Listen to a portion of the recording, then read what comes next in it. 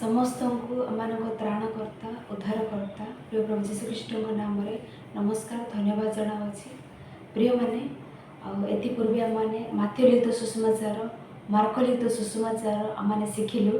आज आम सम्मुखें लूक लिखित सुसमाचार अच्छी प्रिय मैंने एक लूक लिखित सुसमाचार ओभरव्यू आम शिखा कारण लूक लिखित सुसमाचार प्रत्येकटी पद को आम बरणी दे शिखा साध्य नुह जेहेतु समय अति अल्प ए अल्प समय मध्य लूक लिखित सुसमाचार 26 गोटी अध्याय सारांश को से विषय सबू आम मैंने जाना शिखा अनेक विषय माने आलोचना करवा प्रिय माने आम मैंने एक लूक सुसमाचार जानवा हेले से लूकों विषय मैंने प्रथम जानवर अच्छी लूक लिखित सुसमाचार जानवा हेले प्रथम आम लूकों विषय जानवर अच्छी लूक जीशुख्रीष्ट मनोनीत करथिबा 12 जन प्रेरित मानक मध्य लूक नहांती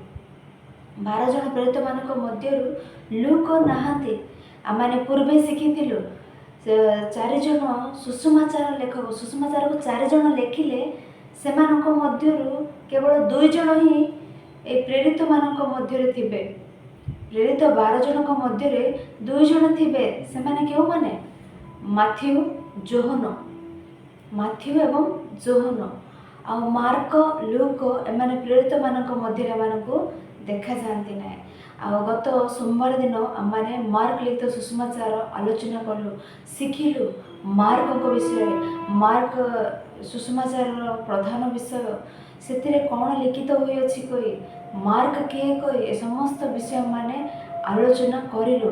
आज आम आलोचना करवा लूक लिखित सुसमाचार विषय प्रिय माने लूक किए लूक प्रेरित 12 जन मध्य जड़े नुहति लूक प्रेरित 12 जन मध्य जड़े नुहति लूक जड़े जिउदी नुहति जड़े जिउदी नुहति से लूक किए कहले से जड़े विजाती होता कौन जड़े विजाती सुसमाचार लिखबार कि जड़े विजाती लूक लिखित सुसमाचार लिखिले कि हाँ प्रिय जड़े विजाती ही एक सुसमाचार लिखिले केवल एक सुसमाचार नुहे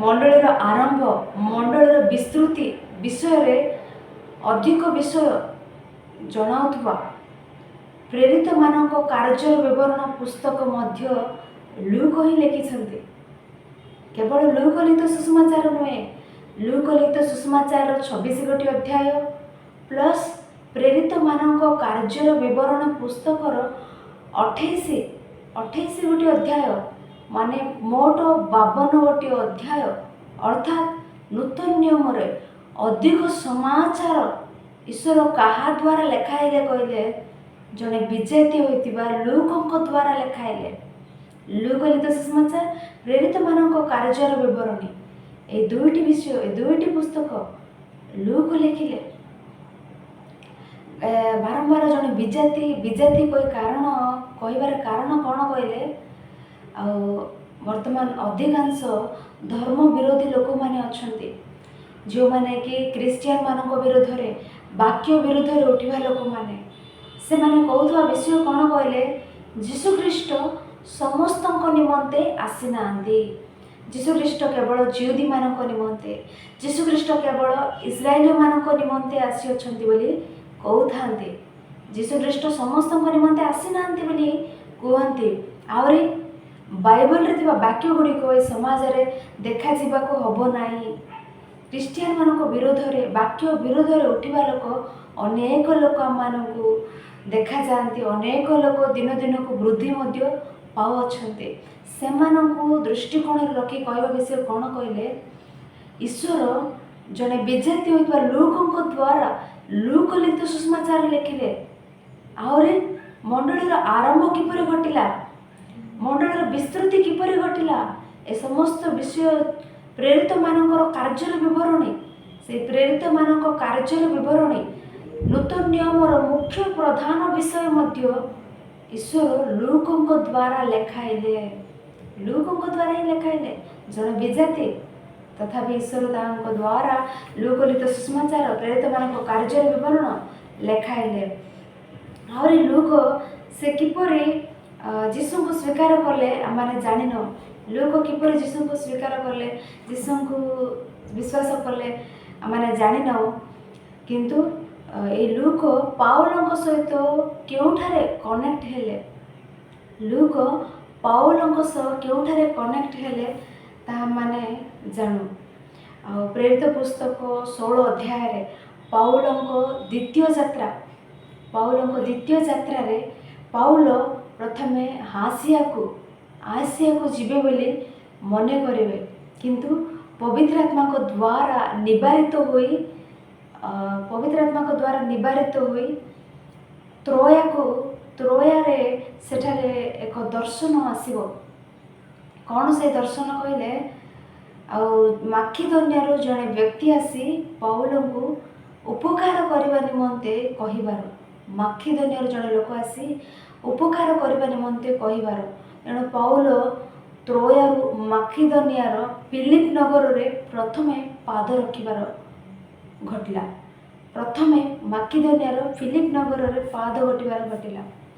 ଏହି ତ୍ରୋୟାରୁ ଫିଲିପ ନଗରକୁ ଯିବା ବେଳେ ପାଉଲଙ୍କ ସହିତ କିଏ ଗଲେ କହିଲେ?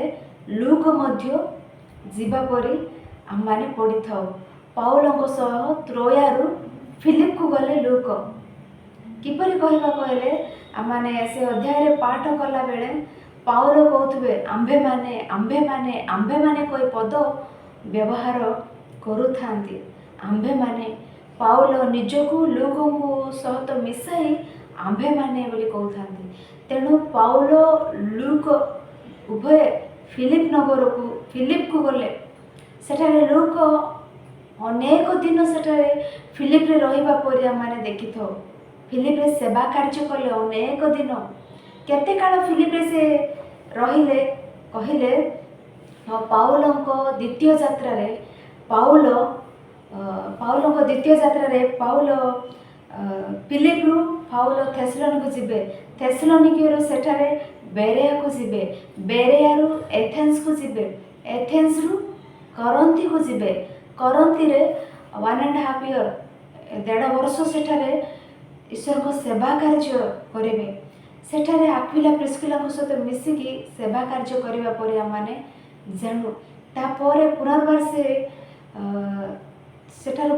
ସେ ଆମମାନେ ଦେଖିଲେ ପାଉଲ ସେଠାରେ ସେବା କାର୍ଯ୍ୟ କରିବେ। ସେଠାରେ ଶୀଘ୍ର ସେ ଜେରୁସାଲେମକୁ ଯିବେ। ଜେରୁସାଲେମରୁ ଆନ୍ତିଓକିଆକୁ ଯିବେ। ଆନ୍ତିଓକିଆକୁ ଯିବା ପରେ ଆମେ ଦେଖୁ ପୁଣି ତୃତୀୟ ଯାତ୍ରାରେ ପାଉଲ ଅଧିକ ରୂପେ ଏଫେସରେ ଥିବେ। ସେଠାରୁ ପୁଣି ସେ ଫିଲିପକୁ ଆସିବେ। ଏଫେସରେ ଅଧିକ ରୂପେ ଥିବେ ତୃତୀୟ ଯାତ୍ରାରେ, ସେଠାରୁ ସେ ଫିଲିପକୁ ଆସିବେ। ମାନେ ପାଉଲଙ୍କ ଦ୍ୱିତୀୟ ଯାତ୍ରାରେ ଲୁକ ଫିଲିପରେ ଅଛନ୍ତି। ପାଉଲ ଦ୍ୱିତୀୟ ଯାତ୍ରା ଶେଷ କରି ତୃତୀୟ ଯାତ୍ରାରେ ଫିଲିପକୁ ଆସିବା ପର୍ଯ୍ୟନ୍ତ ଲୁକ ଫିଲିପରେ ହିଁ ଅଛନ୍ତି। ସେଥିପାଇଁ ଅନେକ ଦିନ ସେଠାରେ ଫିଲିପରେ ଲୁକ ରହିବା ପରି ଆମମାନେ ଦେଖିଥାଉ। ତାପରେ ପାଉଲ ପୁନର୍ବାର ଜେରୁସାଲେମକୁ ଯିବାର, ସେଠାରୁ କାଇସରିଆରେ 2 ବର୍ଷ ରହି ସେଠାରୁ ପୁନର୍ବାର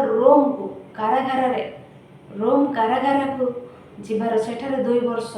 ଏହି ପ୍ରକାରରେ ପାଉଲ ଓ ଲୁକଙ୍କ ଯାତ୍ରା ଆମମାନେ ଦେଖିଥାଉ। ମାନେ ଲୁକ ଫିଲିପରେ ଅଧିକ ବର୍ଷ ସେଠାରେ ରହିଲେ। ସେଥିପାଇଁ ଅଧିକାଂଶ ଲୋକ ସେମାନେ କ'ଣ ବ୍ୟାଖ୍ୟା କରନ୍ତି କହିଲେ, ଆଉ ଲୁକ ଫିଲିପ ନଗରକୁ ସମ୍ବନ୍ଧିତ ବୋଲି କୁହନ୍ତି। ଅଧିକ ଦିନ ସେଠାରେ ରହିଲେ କହି ଫିଲିପ ନଗରକୁ ସମ୍ବନ୍ଧିତ ବୋଲି କୁହନ୍ତି। ଆହୁରି କେତେକ ଲୋକ ଲୁକଙ୍କ ଭାଷା ଶୈଳୀକୁ ଧରି, ଲୁକଙ୍କ ଲେଖା ଶୈଳୀକୁ ଧରି ସେ ଆନ୍ତିଓକିଆକୁ ସମ୍ବନ୍ଧିତ ବ୍ୟକ୍ତି ବୋଲି କୁହନ୍ତି। ଯାହା ହେଲେ ମଧ୍ୟ ଆମମାନେ ଲୁକ ଲିଖିତ ସୁସମାଚାର ଆମମାନେ ଆଲୋଚନା କରୁ।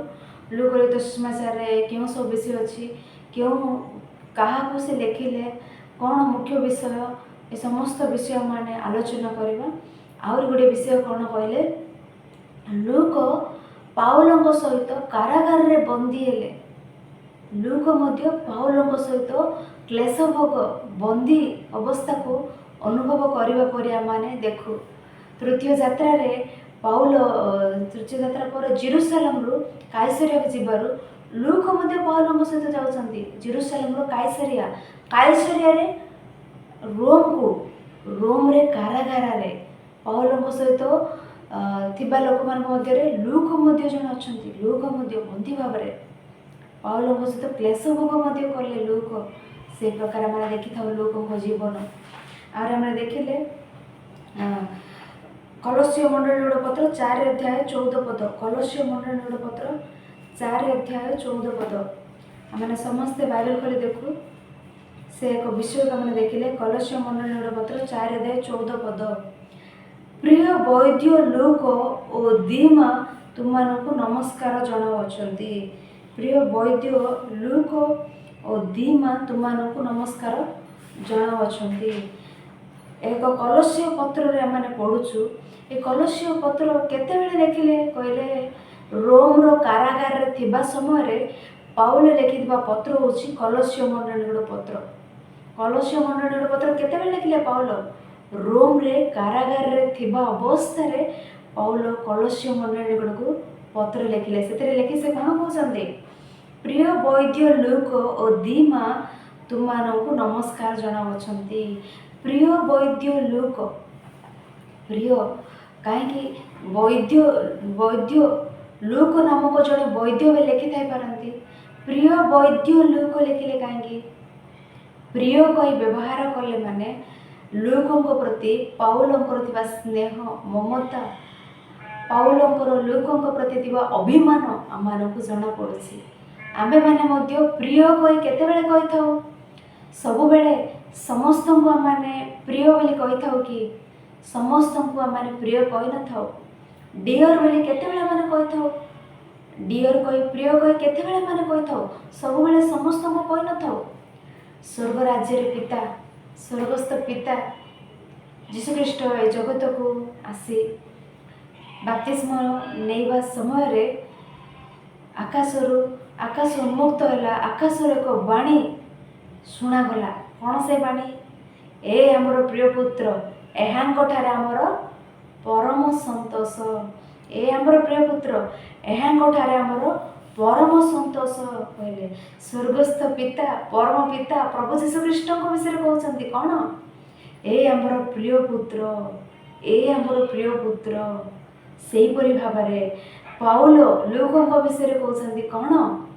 ପ୍ରିୟ ଲୁକ ବୈଦ୍ୟ, ପ୍ରିୟ ବୈଦ୍ୟ ଲୁକ, ପ୍ରିୟ ବୈଦ୍ୟ ଲୁକ ବୋଲି କହୁଛନ୍ତି। ମାନେ ଏକ ଡକ୍ଟର ରୂପେ, ଏକ ବୈଦ୍ୟ ରୂପେ ଲୁକ ଆମମାନଙ୍କୁ ଦେଖାଯାଉଛନ୍ତି। ସେହିପରି ଭାବରେ ପାଉଲଙ୍କ ସହ କାରାଗାରରେ ବନ୍ଦୀ ଅବସ୍ଥାକୁ ଅନୁଭବ କରିଥିବା ବ୍ୟକ୍ତି ରୂପେ ମଧ୍ୟ ଲୁକ ଆମମାନଙ୍କୁ ଦେଖାଯାଉଛନ୍ତି। ସତରେ ଲୁକ କେଡ଼େ ମହାନ!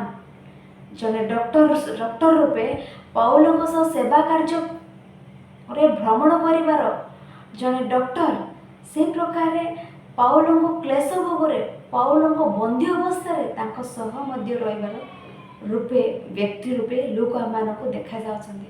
ସତରେ ମହାନ ଲୁକ। ଆହୁରି ଆମେ ସେ ବିଷୟକୁ ଦେଖିଲେ ଆମେ ଫିଲିମୋନ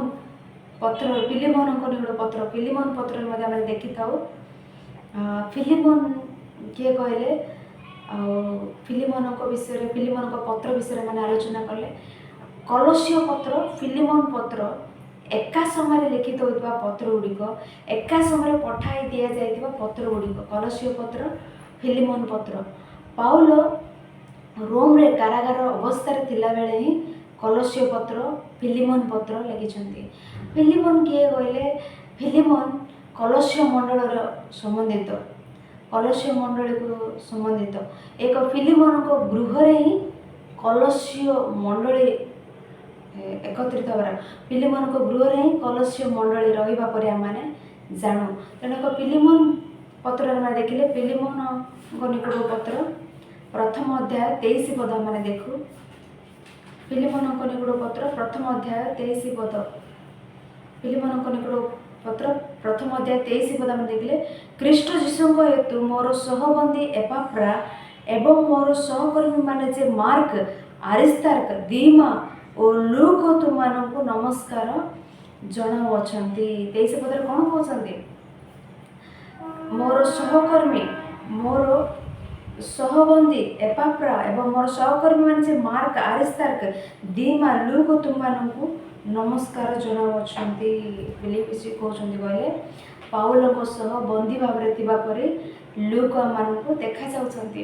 ସେହି ପ୍ରକାର ଆମମାନେ ତିମୋଥୀଙ୍କ ନିକଟକୁ ଦ୍ୱିତୀୟ ପତ୍ର 4 ଅଧ୍ୟାୟ 11 ପଦ ଦେଖିପାରିଲେ ଲୁକଙ୍କ ବିଷୟରେ ଆହୁରି ଯେହେତୁ ଆମେ ଲୁକ ଲିଖିତ ସୁସମାଚାର ଶିଖୁଛେ, ଲୁକ ଲିଖିତ ସୁସମାଚାର ଶିଖିଲା ବେଳେ ପ୍ରଥମେ ଆମେ ଲୁକଙ୍କ ବିଷୟରେ ଜାଣିବାର ଅଛି। ତେଣୁ ଲୁକଙ୍କ ବିଷୟରେ ଆମେ ଶିଖୁଛେ, ଜାଣୁଛେ ଲୁକଙ୍କ ବିଷୟରେ ଆମେ ତାଙ୍କ ବିଷୟରେ ଦେଖିଲେ ତିମୋଥୀଙ୍କ ନିକଟ ଦ୍ୱିତୀୟ ପତ୍ର 4 ଅଧ୍ୟାୟ 11 ପଦ। ତିମୋଥୀଙ୍କ ନିକଟ ଦ୍ୱିତୀୟ ପତ୍ର 4 ଅଧ୍ୟାୟ 11 ପଦ। କେବଳ ଲୁକ ମୋ ସହିତ ଅଛନ୍ତି, ମାର୍କଙ୍କୁ ତୁମ ସଙ୍ଗରେ ଘେନି ଆସ, କାରଣ ମୋର ସେବା ନିମନ୍ତେ ସେ ଉପକାରୀ। ଏକ ତିମୋଥୀଙ୍କ ନିକଟକୁ ଦ୍ୱିତୀୟ ପତ୍ର କହିଲେ ଏକ ବିଶେଷ ପତ୍ର ଏହା। ଯେତେବେଳେ ପାଉଲଙ୍କର ଶେଷ ସମୟରେ, ପାଉଲଙ୍କ ମୃତ୍ୟୁ ପୂର୍ବରୁ ସେ ଲେଖିଥିବା ପତ୍ର ତିମୋଥୀଙ୍କ ନିକଟକୁ ଦ୍ୱିତୀୟ ପତ୍ର। ପାଉଲଙ୍କ ମସ୍ତକ ଛେଦନ କରି ମାରିଦେବେ ପାଉଲଙ୍କୁ। ସେ ପ୍ରକାର ପାଉଲଙ୍କ ମରିବା ପୂର୍ବରୁ, ପାଉଲଙ୍କ ମୃତ୍ୟୁ ପୂର୍ବରୁ ଶେଷରେ ସେ ଲେଖିଥିବା ପତ୍ର ହେଉଛି ତିମୋଥୀଙ୍କ ନିକଟ ଦ୍ୱିତୀୟ ପତ୍ର। ଏଥିରେ କ'ଣ କହୁଛନ୍ତି? 4 ଅଧ୍ୟାୟ 11 ପଦରେ କେବଳ ଲୁକ ମୋ ସହିତ ଅଛନ୍ତି। କିଏ ଅଛନ୍ତି? ଲୁକ ହିଁ ମୋ ସହିତ ଅଛନ୍ତି। ଲୁକ ହିଁ ମୋ ସହିତ ଅଛନ୍ତି। 4 ଅଧ୍ୟାୟରେ କହିଲେ ନା, ପ୍ରଥମ ଅଧ୍ୟାୟରେ କ'ଣ କହିଲେ ଆମେ ଦେଖିଲେ? ତିମୋଥୀଙ୍କ ନିକଟ ଦ୍ୱିତୀୟ ପତ୍ର ପ୍ରଥମ ଅଧ୍ୟାୟ 15 ପଦ। ତିମୋଥୀଙ୍କ ନିକଟକୁ ଦ୍ୱିତୀୟ ପତ୍ର ପ୍ରଥମ ଅଧ୍ୟାୟ 15 ପଦ। ଆସିଆର ସମସ୍ତ ଲୋକ ଯେ ମୋ ପ୍ରତି ବିମୁଖ ହୋଇଅଛନ୍ତି, ଆସିଆର ସମସ୍ତ ଲୋକ ଯେ ମୋ ପ୍ରତି ବିମୁଖ ହୋଇଅଛନ୍ତି, ସମସ୍ତ ଲୋକ ମୋ ଠାରୁ ମୋତେ ପରିତ୍ୟାଗ କରି ଚାଲି ଯାଇଛନ୍ତି, ମୋ ଠାରୁ ଦୂରରେ ଅଛନ୍ତି, ବିମୁଖ ହୋଇଅଛନ୍ତି, କିନ୍ତୁ ଲୁକ ହିଁ ମୋ ସହିତ ଅଛନ୍ତି ବୋଲି କହୁଛନ୍ତି। ପାଉଲଙ୍କ ସହିତ, ପାଉଲଙ୍କ ମୃତ୍ୟୁ ଅବସ୍ଥା ପର୍ଯ୍ୟନ୍ତ, ପାଉଲଙ୍କର ଜୀବନର ଶେଷ ପର୍ଯ୍ୟନ୍ତ ପାଉଲଙ୍କ ସହିତ କିଏ ଅଛନ୍ତି କହିଲେ? ଲୁକ ଅଛନ୍ତି। ପାଉଲଙ୍କ ସହିତ ସହକର୍ମୀ ଭାବେ ପାଉଲଙ୍କ ସହ ଥିବା ମୁଖ୍ୟ ବ୍ୟକ୍ତିମାନଙ୍କ ମଧ୍ୟରେ ଥିବା ବ୍ୟକ୍ତି ହେଉଛନ୍ତି, ଶେଷ ପର୍ଯ୍ୟନ୍ତ ପାଉଲଙ୍କ ସହ ଥିବା ବ୍ୟକ୍ତି ହେଉଛନ୍ତି ଏଇ ଲୁକ। ଲୁକ କେଡ଼େ ମହାନ! ଲୁକ ମାନେ ଜାଣିପାରୁଛୁ ତାଙ୍କ ବିଷୟରେ ପଢ଼ିଲା ବେଳେ। ଦେଖନ୍ତୁ, ଲୁକଙ୍କ ବିଷୟରେ ଜାଣିଲେ ହିଁ ଲୁକ ଲିଖିତ ସୁସମାଚାର ବୁଝିପାରିବା। କାରଣ ଏବେ ଦେଖନ୍ତୁ, ଆମମାନଙ୍କୁ କେହି ହେଲେ ଜଣେ ମହାନ ଲୋକ ଲେଟର ଲେଖନ୍ତି, ଜଣେ ମହାନ ଲୋକ ଆମମାନଙ୍କ ନିମନ୍ତେ ଚିଠି ଲେଖନ୍ତି। ମହାନ ଲୋକ ଆମମାନଙ୍କୁ ଚିଠି ଲେଖିଲେ, ତାମାନେ ପଢ଼ିଲା ବେଳେ ଜଣେ ମହାନ ଲୋକ ଏ ଚିଠି ଲେଖିଅଛି, ଏ ଲେଟର ଲେଖିଛନ୍ତି କହି ସେ ଫିଲିଂରେ, ସେ ଅନୁଭୂତିରେ ଆମମାନେ ସେ ପତ୍ର ପଢ଼ିଥାଉ, ସେ ଲେଟରଟି ପଢ଼ିଥାଉ। ସେ ପ୍ରକାରେ ଆମଠାରୁ ଜଣେ ସାନ ଲୋକ, ଆମଠାରୁ କ୍ଷୁଦ୍ର ଲୋକ ଗୋଟେ ଲେଟର ଲେଖିଛନ୍ତି, ସେ ଲେଟରକୁ ଆମମାନେ ସେଇ ଫିଲିଂରେ ପଢ଼ିଥାଉ। ଆମ ସହିତ ସମବୟସ୍କ ଲୋକେ ଏକ ଲେଟର ଲେଖିଲେ ସେଇ ଫିଲିଂ ନେଇ ଆମମାନେ ସେ ଲେଟରକୁ ପଢ଼ିଥାଉ। ସେହିପରି ଏକ ଲୁକ ଲିଖିତ ସୁସମାଚାର ଲୁକ ଲେଖିଛନ୍ତି। ଲୁକଙ୍କ ବିଷୟ ଜାଣିଲେ ସେ ଲେଖିଥିବା ସେ ଲୁକ ଲିଖିତ ସୁସମାଚାରକୁ ଆମମାନେ ସେଇ ପ୍ରକାରେ ପଢ଼ିବା, ସେଇ ପ୍ରକାରେ ଆଲୋଚନା କରିବା ସେ ସୁସମାଚାରରେ ଥିବା ବିଷୟ ଗୁଡ଼ିକ। ତେଣୁ ଲୁକ କେଡ଼େ ମହାନ! ଲୁକଙ୍କ ବିଷୟରେ ଏପର୍ଯ୍ୟନ୍ତ ଆମମାନେ ଆଲୋଚନା କରୁଅଛୁ। ସେଇ ପ୍ରକାର ଆମମାନେ ଲୁକଙ୍କ ବିଷୟରେ ଆମେ ପଢ଼ୁଅଛୁ। ଲୁକଙ୍କ ଚରିତ୍ର ବିଷୟରେ ଆମେ ଜାଣିଲୁ। ଲୁକଙ୍କ ବାୟୋଗ୍ରାଫି ବିଷୟରେ ଏବେ ପର୍ଯ୍ୟନ୍ତ ଆମେ ଜାଣୁଅଛୁ। ସେ ଜଣେ ବିଜାତି ହେଲେ ମଧ୍ୟ ଈଶ୍ୱର ତାଙ୍କ ଦ୍ୱାରା ସୁସମାଚାର ଲେଖିଲେ, ପ୍ରେରିତମାନଙ୍କ କାର୍ଯ୍ୟରେ ବିବରଣୀ ଲେଖିଲେ କହି ଲୁକ ପାଉଲଙ୍କ ସହିତ କେଉଁ ପ୍ରକାର କେବେଠାରୁ ଯାତ୍ରା କଲେ ପାଉଲଙ୍କ ସହିତ, ସେ ସମସ୍ତ ବିଷୟ ଆମେ ପଢ଼ିଲୁ। ଲୁକଙ୍କ ବିଷୟରେ ପାଉଲଙ୍କ ଶେଷ ମୃତ୍ୟୁ ଅବସ୍ଥା ପର୍ଯ୍ୟନ୍ତ ଲୁକ ପାଉଲଙ୍କ ସହ ଥିବା ପରି ଆମେ ପଢ଼ିଲୁ। କେଡ଼େ ମହାନ ରୂପେ ତାଙ୍କ ଜୀବନ ମାନଙ୍କୁ ଦେଖାଯାଉଛି। ଏ ପ୍ରକାର ପ୍ରତ୍ୟେକ ସୁସମାଚାର, ପ୍ରତ୍ୟେକ ପୁସ୍ତକ ପଢ଼ିଲା ବେଳେ ସେମାନଙ୍କ ବିଷୟକ, ଲେଖକଙ୍କ ବିଷୟକ ବ୍ୟାକଗ୍ରାଉଣ୍ଡ ଆମମାନେ, ବାୟୋଗ୍ରାଫି ଆମମାନେ ଜାଣିଥାଉ। ଯେମିତି ଏବେ ଦେଖନ୍ତୁ ମାଥ୍ୟୁ ଲିଖିତ ସୁସମାଚାର, ମାଥ୍ୟୁଙ୍କ ବିଷୟରେ ଆମମାନେ ଶିଖିଲେ। ମାର୍କ ଲିଖିତ ସୁସମାଚାରରେ ମାର୍କଙ୍କ ବିଷୟକ ବାୟୋଗ୍ରାଫି ଆମମାନେ ଶିଖିଲେ ଏ ଲୁକ ଲିଖିତ ସୁସମାଚାର ଶିଖିଲା ବେଳେ ମଧ୍ୟ ଲୁକଙ୍କ ବିଷୟକ ବାୟୋଗ୍ରାଫି ଅଳ୍ପ ହେଲେ ଆପଣମାନଙ୍କୁ କହିବାର ଅଛି, ଆପଣମାନେ ଲୁକଙ୍କ ବିଷୟରେ ଜାଣିବାର ଅଛି, ସେତେବେଳେ ଲୁକ ଲିଖିତ ସୁସମାଚାର ବୁଝିପାରିବା କହି ଏପର୍ଯ୍ୟନ୍ତ ଆମେ ଲୁକଙ୍କ ବିଷୟରେ ଜାଣିଲୁ। ଲୁକ କିଏ କହି ଆମମାନେ ଜାଣିଲୁ। ଆହୁରି ଆମମାନେ ଲୁକ ଲିଖିତ ସୁସମାଚାରକୁ ଆମମାନେ ପ୍ରବେଶ କରିନାହୁଁ। ଏବେ ଆମମାନେ ଲୁକ ଲିଖିତ ସୁସମାଚାରରେ ପ୍ରବେଶ କରିବା ପୂର୍ବେ ଏ ଲୁକ ଲିଖିତ ସୁସମାଚାର କେଉଁ ସମୟରେ କେବେ ଲିଖିତ ହୋଇଅଛି? ଲୁକ ଲିଖିତ ସୁସମାଚାର ମୁଖ୍ୟ ବିଷୟ ହେଉଛି କେବେ ଲିଖିତ ହୋଇଅଛି ଲୁକ ଲିଖିତ ସୁସମାଚାର। ଲୁକ ଲିଖିତ ସୁସମାଚାର କେବେ ଲିଖିତ ହୋଇଅଛି କହିଲେ ଖ୍ରୀଷ୍ଟାବ୍ଦ 60 ବର୍ଷ। ଆମମାନେ ମାଥ୍ୟୁ ଲିଖିତ ସୁସମାଚାର ହେଉ, ମାର୍କ ଲିଖିତ ସୁସମାଚାର ହେଉ, ବିଶେଷରେ ଆଜି ଆମମାନେ ଶିଖୁଥିବା ଲୁକ ଲିଖିତ ସୁସମାଚାର ଖ୍ରୀଷ୍ଟାବ୍ଦ 70 ବର୍ଷ ମଧ୍ୟରେ ହିଁ ଲିଖିତ ହୋଇଅଛି। କିପରି କହିପାରିବା କହିଲେ ଲୁକ ଲିଖିତ ସୁସମାଚାରରେ ଆଉ ଜେରୁସାଲେମର ଧ୍ୱଂସ ବିଷୟରେ ଆଉ ପତନ ବିଷୟରେ କୁହାଯାଉଥିବ ଲୁକ ଲେଖୁଥିବେ, ମାନେ ଆହୁରି ଯୀଶୁଖ୍ରୀଷ୍ଟ ମଧ୍ୟ କହୁଥିବେ କ'ଣ ଏକ ପ୍ରସ୍ତର ଅନ୍ୟ ପ୍ରସ୍ତର ଉପରେ ରହିବ ନାହିଁ, ଏକ ପ୍ରସ୍ତର ଅନ୍ୟ ପ୍ରସ୍ତର ଉପରେ ରହିବ ନାହିଁ, ଧ୍ୱଂସ ହେବ। ମାଥ୍ୟୁ ମାର୍କ ମଧ୍ୟ ମାଥ୍ୟୁ ଲୁକରେ ମଧ୍ୟ ଆମେ ପଢ଼ିଥାଉ କ'ଣ କହିଲେ ଜେରୁସାଲେମର ଧ୍ୱଂସ, ଜେରୁସାଲେମ ନଗର ଧରାଯିବାର, ଜିହୁଦୀମାନଙ୍କୁ ହତ୍ୟା କରିବାର ଏ ସମସ୍ତ କେତେବେଳେ ଘଟିବ କହିଲେ ଖ୍ରୀଷ୍ଟାବ୍ଦ 70 ବର୍ଷ। ଆଉ ଲୁକ ପୂର୍ବରୁ ହିଁ କହୁଛନ୍ତି କହିଲେ ସେସବୁ ଘଟିବା ପୂର୍ବରୁ ହିଁ କହୁଛନ୍ତି କହିଲେ ଖ୍ରୀଷ୍ଟାବ୍ଦ 70 ବର୍ଷ ପୂର୍ବରୁ ହିଁ ଏକ ଲୁକ ଲିଖିତ ସୁସମାଚାର ଲିଖିତ ହୋଇଥିବାର ଅଛି। କେତେବେଳେ ଲିଖିତ ହୋଇଛି କହିଲେ ଖ୍ରୀଷ୍ଟାବ୍ଦ 56ରୁ ଖ୍ରୀଷ୍ଟାବ୍ଦ 66 ବର୍ଷ, ଖ୍ରୀଷ୍ଟାବ୍ଦ 56ରୁ ଖ୍ରୀଷ୍ଟାବ୍ଦ 66 ବର୍ଷ, ନଚେତ୍ ଖ୍ରୀଷ୍ଟାବ୍ଦ 60ରୁ ଖ୍ରୀଷ୍ଟାବ୍ଦ 66 ବର୍ଷ, ଏହି ବର୍ଷମାନରେ ହିଁ ଲୁକ ଲିଖିତ ସୁସମାଚାର ଲିଖିତ ହୋଇଅଛି। ଏପର୍ଯ୍ୟନ୍ତ ଆମେ ଦେଖିଲୁ ଲୁକ ଲିଖିତ ସୁସମାଚାର କେଉଁ ସମୟରେ କେବେ ଲିଖିତ ହୋଇଅଛି କହି ବିଷୟ। ଏବେ ଆମମାନେ ଲୁକ ଲିଖିତ ସୁସମାଚାରକୁ କିଏ ଲେଖିଲେ? ଲୁକ ଲିଖିତ ସୁସମାଚାରକୁ କିଏ ଲେଖିଥିବେ? ଯେହେତୁ ଆମେ ଲୁକ ଲିଖିତ ସୁସମାଚାର କହୁଛେ, ଏଣୁ ଲୁକ ହିଁ ଲେଖିଛନ୍ତି। ଲୁକ ଲିଖିତ ସୁସମାଚାର ଲୁକ ହିଁ ଲେଖିଛନ୍ତି। ଆହୁରି ଆମମାନେ ମୁଖ୍ୟ ବିଷୟ ଦେଖିଲେ ଲୁକ ହିଁ ଲେଖିଛନ୍ତି ବୋଲି କହିବା ନିମନ୍ତେ ଲୁକ ଲିଖିତ ସୁସମାଚାର ପ୍ରଥମ ଅଧ୍ୟାୟ 3 ପଦ, ଲୁକ ଲିଖିତ ସୁସମାଚାର ପ୍ରଥମ ଅଧ୍ୟାୟ 3 ପଦ ଆମେ ଦେଖିପାରିଲେ, ଅତଏବ ହେ ମାନ୍ୟବର ଥିଓଫିଲ, ଆଦ୍ୟରୁ ସମସ୍ତ ବିଷୟ ସୂକ୍ଷ୍ମ ରୂପେ ଅନୁସନ୍ଧାନ କରି ସେଥିର ଧାରାବାହିକ ବିବରଣ ଆପଣଙ୍କ ନିମନ୍ତେ ଲେଖିବାକୁ ମୁଁ ମଧ୍ୟ ବିହିତ ମନେ କଲି। ଏଠାରେ ଲୁକ ହେ ମାନ୍ୟବର ଥିଓଫିଲ, ମାନ୍ୟବର ଥିଓଫିଲ କହୁଛନ୍ତି। ଥିଓଫିଲ କିଏ? ଥିଓଫିଲ ହୁଏତ ଲୁକଙ୍କର ବନ୍ଧୁ ହୋଇପାରନ୍ତି। ଥିଓଫିଲ ହୁଏତ ଲୁକ ଲିଖିତ ସୁସମାଚାର ଲେଖିବା ନିମନ୍ତେ ଲୁକଙ୍କୁ ସାହାଯ୍ୟ କରିବା ବ୍ୟକ୍ତି ହୋଇପାରନ୍ତି। ଥିଓଫିଲ ହୁଏତ ଜଣେ ଅଧିକାରୀ ହୋଇପାରନ୍ତି। ଥିଓଫିଲ ଜଣେ ଲୁକଙ୍କର ବନ୍ଧୁ, ନଚେତ୍ ଲୁକଙ୍କୁ ଲୁକ ଲିଖିତ ସୁସମାଚାର ଲେଖିବା ପାଇଁ ସାହାଯ୍ୟ କରିବା ବ୍ୟକ୍ତି, ନଚେତ୍ ଅଧିକାରୀମାନଙ୍କ ମଧ୍ୟରେ ଜଣେ ଅଧିକାରୀ ହୋଇଥାଇପାରନ୍ତି। ସେ କହୁଛନ୍ତି ହେ ଥିଓଫିଲ, ଆଦ୍ୟରୁ ସମସ୍ତ ବିଷୟ ସୂକ୍ଷ୍ମ ରୂପେ ଅନୁସନ୍ଧାନ କରି ସେଥିର ଧାରାବାହିକ ବିବରଣ ଆପଣଙ୍କ ନିମନ୍ତେ ଲେଖିବାକୁ ମୁଁ ବିହିତ ମନେ କଲି। ମୁଁ କ'ଣ କହୁଛନ୍ତି? ମୁଁ ଶୁଣିଥିବା ବିଷୟ ସବୁ ମଧ୍ୟ ଲେଖିବାକୁ ମଧ୍ୟ ବିହିତ ମନେ କଲି। ମୁଁ ଶୁଣିଥିବା ବିଷୟ ସବୁ ରିସର୍ଚ୍ଚ କଲି। ସେ ପ୍ରକାର ରିସର୍ଚ୍ଚ କରିବାରେ, ଅନୁସନ୍ଧାନ କରିବାରେ ଯୀଶୁଖ୍ରୀଷ୍ଟଙ୍କ ବିଷୟରେ ଯାହା ଯାହା ଶୁଣିଅଛ, ଯାହା ଯାହା ଶୁଣାଯାଇଅଛି, ଯାହା ଯାହା ଶୁଣିଥିଲ, ସେସବୁ ସତରେ ବାସ୍ତବ ଅଟେ।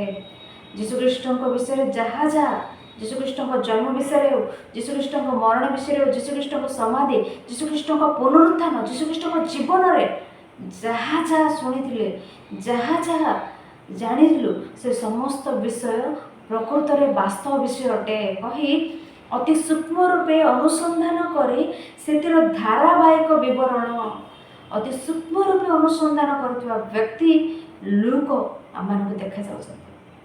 ଲୁକ ଜଣେ ବୈଦ୍ୟ, ଲୁକ ଜଣେ ଡକ୍ଟର ଅତି ସୂକ୍ଷ୍ମ ରୂପେ ଅନୁସନ୍ଧାନ କଲେ। ପୁଣି ଆଜି ମଧ୍ୟ ବର୍ତ୍ତମାନ କାଳରେ ମଧ୍ୟ ଡକ୍ଟରମାନେ କିପରି ଥିବେ? ଆମମାନେ ଗଲେ ଆମମାନଙ୍କୁ ଯାଇ ସେଠାରେ ବସାନ୍ତି, ଦେଖନ୍ତି। ସେମାନେ ସେ କାଳରେ ହେଲେ ସେମାନେ ଡକ୍ଟରମାନେ ଜୀବ ଦେଖି ରୋଗ କ'ଣ ସେମାନେ କହିଦେବାର, ଜାଣିବାର, ଶିରକୁ ଧରି ସେମାନେ ରୋଗ କ'ଣ, କେଉଁ ରୋଗ ସେମାନେ କହିଦେବାର। କିନ୍ତୁ ବର୍ତ୍ତମାନ ଆମେ ଦେଖିଲେ ଡକ୍ଟରଙ୍କ ନିକଟକୁ ଗଲେ ରୋଗ, କେଉଁ ରୋଗ, ଅନେକ ପ୍ରକାର ପରୀକ୍ଷା କରନ୍ତି, ଅନେକ ପ୍ରକାର ପରୀକ୍ଷା। ସେ ପରୀକ୍ଷା କରି କେଉଁ ମେଡ଼ିସିନ ଦେବାର ଅଛି, କେଉଁ ମେଡ଼ିସିନ ଦେଲେ ପୁଣି ସେ ମେଡ଼ିସିନର ରିଆକ୍ସନ୍ କ'ଣ ହେବ, ତାକୁ ପୁଣି ଆଣ୍ଟିବାୟୋଟିକ୍ ରୂପେ କେଉଁ ଔଷଧ ଦେବାର ଅଛି, ଅନେକ ପରୀକ୍ଷା, ଅନେକ ପ୍ରକାର ଚିନ୍ତା କରି ଦିଅନ୍ତି। ସେହି ପ୍ରକାରେ ଲୁକ ମଧ୍ୟ ଏକ ଯୀଶୁଖ୍ରୀଷ୍ଟଙ୍କ ବିଷୟରେ ଅତି ସୂକ୍ଷ୍ମ ରୂପେ ଅନୁସନ୍ଧାନ କରି ଧାରାବାହିକ ବିବରଣୀ ସେ ଲେଖିଲେ, ଅତି ସୂକ୍ଷ୍ମ ରୂପେ ଅନୁସନ୍ଧାନ କଲେ। ଜଣେ ଡକ୍ଟର ନା, ଅତି ସୂକ୍ଷ୍ମ ରୂପେ ସେ ସମସ୍ତ ବିଷୟ ଅନୁସନ୍ଧାନ କରି ଯୀଶୁଖ୍ରୀଷ୍ଟଙ୍କ ବିଷୟକ ବିବରଣୀ ସେଇ କାଳରେ ସେମାନଙ୍କ ନିକଟକୁ ଲେଖିଲେ। ଆଜି ଏଇ କାଳରେ ଆମମାନଙ୍କ ନିମନ୍ତେ ସମସ୍ତ ବିଷୟ ଲୁକ ଲିଖିତ ସୁସମାଚାର ସୂକ୍ଷ୍ମ ରୂପେ ଅନୁସନ୍ଧାନ କରୁଥିବା ବ୍ୟକ୍ତି ହେଉଛନ୍ତି ଲୁକ। ଜଣେ ଡକ୍ଟର ଭାବରେ ଆମମାନଙ୍କୁ ଲୁକ ଦେଖାଯାଉଛନ୍ତି, ଜଣେ ହିଷ୍ଟୋରିଆନ୍ ଭାବରେ ମଧ୍ୟ ଆମେ ତାଙ୍କୁ କହିପାରିବା। ଜଣେ ଡକ୍ଟର ରୂପେ, ଜଣେ ହିଷ୍ଟୋରିଆନ୍ ରୂପେ ଲୁକ ଆମମାନଙ୍କୁ ଦେଖାଯାଉଛନ୍ତି। ଅତି ସୂକ୍ଷ୍ମ ରୂପେ ସମସ୍ତ ବିଷୟ ଅନୁସନ୍ଧାନ କରି ଧାରାବାହିକ ବିବରଣୀ ଦେଲେ। ସେ କାଳରେ ସେମାନଙ୍କୁ ଆଜି ଆମମାନଙ୍କ ସମ୍ମୁଖରେ ସେ ସମସ୍ତ ବିଷୟ ରଖିଲେ ପିଲାମାନେ। ତେଣୁ ଆହୁରି ଗୋଟେ ବିଷୟ ଆଲୋଚନା କଲେ, ମାଥ୍ୟୁ ଲିଖିତ ସୁସମାଚାର ପାଠ କଲାବେଳେ ମାଥ୍ୟୁ କେଉଁମାନଙ୍କ ନିମନ୍ତେ ଲେଖିଲେ? କେଉଁମାନଙ୍କ ନିମନ୍ତେ ମାଥ୍ୟୁ ସୁସମାଚାର ଲେଖିଲେ କହିଲେ? ଯିହୁଦୀମାନଙ୍କ ନିମନ୍ତେ। ତେଣୁ ସେ କ'ଣ କହିଲେ? ଆବ୍ରାହାମଙ୍କ ନାମ, ଦାଉଦଙ୍କ ନାମ, ଯିହୁଦୀମାନଙ୍କ ରାଜାମାନଙ୍କ ବିଷୟରେ କହିଲେ। କାରଣ ମାଥ୍ୟୁଙ୍କ ଚିନ୍ତାଧାରା କ'ଣ ଥିଲା? ଯିହୁଦୀମାନେ ଯୀଶୁଖ୍ରୀଷ୍ଟଙ୍କୁ ସ୍ୱୀକାର କରିବାର ଅଛି। ଯୀଶୁଖ୍ରୀଷ୍ଟଙ୍କୁ ସ୍ୱୀକାର କରିବାକୁ ହେଲେ ମାଥ୍ୟୁ ଯୀଶୁଖ୍ରୀଷ୍ଟଙ୍କୁ କେଉଁ ପ୍ରକାର ଦେଖାଇ ଭାବିଲେ? ଯୀଶୁଖ୍ରୀଷ୍ଟ ଯିହୁଦୀ ବଂଶରୁ ହିଁ ଆସିଅଛନ୍ତି, ଏହା ଦେଖାଇବା ନିମନ୍ତେ ମାଥ୍ୟୁଙ୍କ ଚେଷ୍ଟା ମାଥ୍ୟୁ ଲିଖିତ ସୁସମାଚାରରେ ଆମେ ଦେଖିଲୁ। ସେହି ପ୍ରକାରେ ମାର୍କ କେଉଁମାନଙ୍କ ନିମନ୍ତେ ଲେଖିଲେ? ବିଜାତି ହୋଇଥିବା ରୋମିଓମାନଙ୍କ ନିମନ୍ତେ ମାର୍କ ସୁସମାଚାର। ଏଣୁ ଏମାନେ ବିଜାତି, ଏମାନଙ୍କୁ ଆବ୍ରାହାମଙ୍କ ବିଷୟରେ, ଦାଉଦଙ୍କ ବିଷୟରେ, ନଚେତ୍ ଯିହୁଦୀମାନଙ୍କ ରାଜାମାନଙ୍କ ବିଷୟରେ କହିଲେ ସେମାନଙ୍କ ନିକଟରେ କୌଣସି ଲାଭ ଅଛି କି? ଲାଭ ନାହିଁ। ତାହା କହିଲେ ବି ସେମାନେ ବୁଝିବେ ନାହିଁ, ସେମାନେ ଖ୍ରୀଷ୍ଟଙ୍କୁ ସ୍ୱୀକାର କରିବେ ନାହିଁ। ତେଣୁ ଖ୍ରୀଷ୍ଟଙ୍କୁ କେଉଁ ପ୍ରକାର ଦେଖାଇବେ ଭାବିଲେ? ଖ୍ରୀଷ୍ଟଙ୍କୁ ଈଶ୍ୱରଙ୍କ ପୁତ୍ର ବୋଲି କହିଲେ। ଈଶ୍ୱରଙ୍କ ପୁତ୍ର ରୂପେ ମାର୍କ ବିଜାତି ହୋଇଥିବା ରୋମିଓମାନଙ୍କୁ ଦେଖାଇଲେ। ଈଶ୍ୱରଙ୍କ ପୁତ୍ର ସେ, ଈଶ୍ୱରଙ୍କ ପୁତ୍ର ଯୀଶୁଖ୍ରୀଷ୍ଟ। ତେଣୁ ସେ ଅନେକ ଆଶ୍ଚର୍ଯ୍ୟ କାର୍ଯ୍ୟ, ଅନେକ ଅଦ୍ଭୁତ କର୍ମ କଲେ ବୋଲି କହିଲେ। ଯାହାଙ୍କୁ ତୁମମାନେ ବଧ କଲ ସେ ଖ୍ରୀଷ୍ଟ, ସେ ଆଉ କେହି ନୁହନ୍ତି, ସେ ଈଶ୍ୱରଙ୍କ ପୁତ୍ର ବୋଲି କହିଲେ। ସେମାନେ ଭୟ କଲେ, ସେମାନେ ଭକ୍ତି ସେମାନଙ୍କର ଜାତ ହେଲା, ସେମାନେ ଭୟ କଲେ, ଯୀଶୁଙ୍କୁ ସ୍ୱୀକାର କଲେ। ଏକ ପାର୍ଶ୍ୱରେ ମାଥ୍ୟୁଙ୍କ ବିଷୟରେ ଆମେ ଦେଖିଲେ, ସେ ଯିହୁଦୀମାନଙ୍କୁ ଲେଖିଲେ। ଯିହୁଦୀମାନଙ୍କ ନିମନ୍ତେ, ଯିହୁଦୀମାନେ ଯୀଶୁଖ୍ରୀଷ୍ଟଙ୍କୁ ବିଶ୍ୱାସ କରିବାର ଅଛି, ସ୍ୱୀକାର କରିବାର ଅଛି କହେ। ମାର୍କଙ୍କ ବିଷୟରେ ଆଲୋଚନା କଲେ, ସେ ବିଜାତି ହୋଇଥିବା ରୋମିଓମାନଙ୍କ ନିମନ୍ତେ ଲେଖିଲେ ମାର୍କ ଲିଖିତ ସୁସମାଚାର। ଆଉ ଏବେ ଆମମାନେ ଲୁକ ଲିଖିତ ସୁସମାଚାର ବିଷୟରେ ଶିଖୁଛେ। ଲୁକ କେଉଁମାନଙ୍କ ନିମନ୍ତେ ଲେଖିଥିବେ, କେଉଁମାନଙ୍କୁ ଉଦ୍ଦେଶ୍ୟ କରି ଲେଖିଥିବେ? ଅଲରେଡ଼ି ମାଥ୍ୟୁ ଯିହୁଦୀମାନଙ୍କୁ ଉଦ୍ଦେଶ୍ୟ କରି ଲେଖିଲେ, ମାର୍କ ବିଜାତିମାନଙ୍କୁ, ରୋମିଓମାନଙ୍କୁ ଉଦ୍ଦେଶ୍ୟ କରି ଲେଖିଲେ। ଏବେ ଲୁକ କେଉଁମାନଙ୍କୁ ଉଦ୍ଦେଶ୍ୟ କରି ଲେଖିଥିବେ କହିଲେ? ଲୁକ ଉଭୟ ବିଜାତିମାନଙ୍କୁ, ଯିହୁଦୀମାନଙ୍କୁ, ବିଜାତିମାନଙ୍କୁ ଉଭୟକୁ ଲକ୍ଷ୍ୟ କରି ଲେଖିଥିବାର ହିଁ ଲୁକ ଲିଖିତ ସୁସମାଚାର। ଲୁକ ସମସ୍ତଙ୍କ ନିମନ୍ତେ ଲେଖିଲେ ଲୁକ ଲିଖିତ ସୁସମାଚାର। କିପରି କହିବା କି? ପୁରାତନ ନିୟମର ଭାବବାଦୀମାନଙ୍କର ଭାବବାଣୀ ସବୁ, ପୁରାତନ ନିୟମର ଭାବବାଦୀମାନଙ୍କର ଭାବବାଣୀ ସବୁ ଖ୍ରୀଷ୍ଟଙ୍କ ଜନ୍ମ, ମୃତ୍ୟୁ, ସମାଧି, ପୁନରୁତ୍ଥାନ ବିଷୟରେ ସଫଳ ହେଲା କହି ଏକ ପାର୍ଶ୍ୱରେ ଯିହୁଦୀମାନଙ୍କୁ ଦେଖାଇଲେ, ଅନ୍ୟ ପାର୍ଶ୍ୱରେ ଯୀଶୁ ଖ୍ରୀଷ୍ଟ ସମସ୍ତଙ୍କର ପରିତ୍ରାଣ ନିମନ୍ତେ ଆସିଲେ, ସମସ୍ତଙ୍କ ପରିତ୍ରାଣ ନିମନ୍ତେ ଖ୍ରୀଷ୍ଟ ଆସିଲେ କହି ଅନ୍ୟ ପାର୍ଶ୍ୱରେ ବିଜାତିମାନଙ୍କ ନିମନ୍ତେ ମଧ୍ୟ କହିଲେ। ଲୁକ ଉଭୟ ଜିହୁଦୀମାନଙ୍କ ନିମନ୍ତେ ଏବଂ ବିଜାତିମାନଙ୍କ ନିମନ୍ତେ ସମସ୍ତଙ୍କ ନିମନ୍ତେ ଲୁକ ଲିଖିତ ସୁସମାଚାର ଲେଖିଲେ। ଏହା ମାନେ ଜାଣିବା ନିମନ୍ତେ, ଏହା ମାନେ ବୁଝିବା ନିମନ୍ତେ ବାଇବେଲରେ କେତେକ ଘଟଣା ମାନେ ଦେଖିବା। ପ୍ରଥମେ ଆମେ ଲୁକ ଲିଖିତ ସୁସମାଚାର 2 ଅଧ୍ୟାୟ 29 ପଦ, ଲୁକ ଲିଖିତ ସୁସମାଚାର 2 ଅଧ୍ୟାୟ 29 ପଦ ମାନେ ଦେଖିଲେ।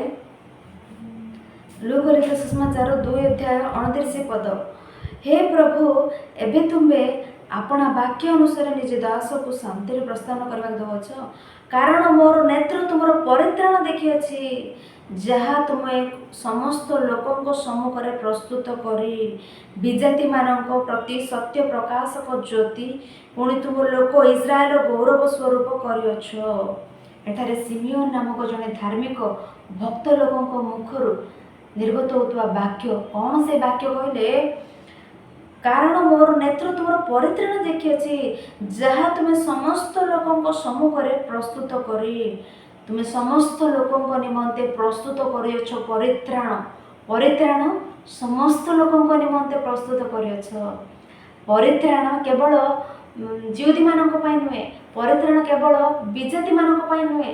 ଜିହୁଦୀ କହି ବିଜାତି କହି କୌଣସି ପ୍ରଭେଦ ନାହିଁ। ପରିତ୍ରାଣ ପାଇବାକୁ ହେଲେ ସମସ୍ତେ ଖ୍ରୀଷ୍ଟଙ୍କ ନିକଟକୁ ଆସିବାର ଅଛି। ଖ୍ରୀଷ୍ଟଙ୍କ ଦ୍ୱାରା ଖ୍ରୀଷ୍ଟ ଆଣିଥିବା ପରିତ୍ରାଣ ସମସ୍ତଙ୍କୁ ଆବଶ୍ୟକ ଲୁକ ଲିଖିତ ସୁସମାଚାରରେ ସେ ଜଣାଇବା ପରେ ଆମେ ଦେଖୁଅଛୁ। ତେଣୁ ପରିତ୍ରାଣ ପାଇବାକୁ ହେଲେ ସମସ୍ତେ ଖ୍ରୀଷ୍ଟଙ୍କ ନିକଟକୁ ଆସିବାର ଅଛି,